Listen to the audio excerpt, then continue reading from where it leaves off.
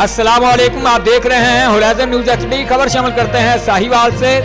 साहिवाल का इलाका थाना यूसुफ वाला की कार्रवाई। मोटरसाइकिल छीनने वाला गैंग सरगना समेत गिरफ्तार। लाखों रुपए मालियत की मोटरसाइकिल, नकदी और नाजायज असला बरामद।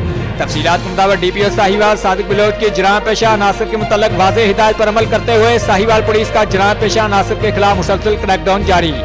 SHO थाना यूसुफ वाला नदीम अनवर ने हमरा टीम कार्रवाई करते हुए मोटरसाइकिल छीनने वाला सलीमी गैंग सरगना सलीम वल्द बशीर सकना 38 2R ओकाड़ा समेत रियाज वल्द कालू सकना 38 2R ओकाड़ा, शुएब वल्द यासीन सकना 38 2R ओकाड़ा, तनवीर वल्द शरीफ सकना 38 2R ओकाड़ा को गिरफ्तार कर लिया। मुलजमान के कब्जा से 3 अदद मोटरसाइकिल, नकदी 1,05,000, नाजायज असला पिस्टल 30 बोर, 5 अदद कारबीन, 1 अदद मां मुतद्दद गोलियां बरामद कर ली।